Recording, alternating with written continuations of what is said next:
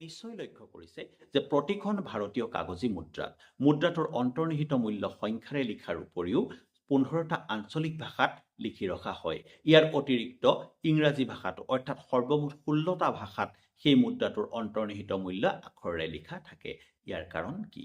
দ্বিতীয় কথা হ'ল যে যিহেতু 15টা আঞ্চলিক ভাষা ভাৰতীয় মুদ্ৰাবিলাকত থাকে, গতিকে ইয়াৰ আটাইতকৈ ওপৰত অসমীয়া ভাষাক স্থান দিয়া হৈছে। অসমীয়া ভাষাৰনো কি এনেকুৱা বৈশিষ্ট্য আছে যে অসমীয়া ভাষাত সেই মুদ্ৰাটোৰ মূল্যটো প্ৰথমতেই লিখি থোৱা থাকে? ইয়াৰ কাৰণবিলাক হ'ল এনেকুৱা। ভাৰতবৰ্ষত সৰ্বমুঠ 1652টা ভাষা আৰু দোৱান আছে।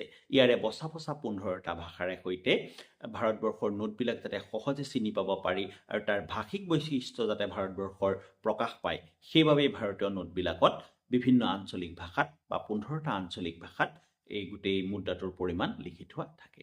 দ্বিতীয় কথাটো হ'ল এনেকুৱা, অসমীয়া ভাষাক কিয় প্ৰথমতে স্থান দিয়া হৈছে? আচলতে যি 15টা আঞ্চলিক ভাষাত ভাৰতীয় নোটবিলাকৰ অন্তৰ্নিহিত মূল্য লিখি থোৱা থাকে, সেইবিলাক ইংৰাজী বৰ্ণমালাৰ বৰ্ণানুক্ৰম অনুসৰি সজোৱা হৈছে।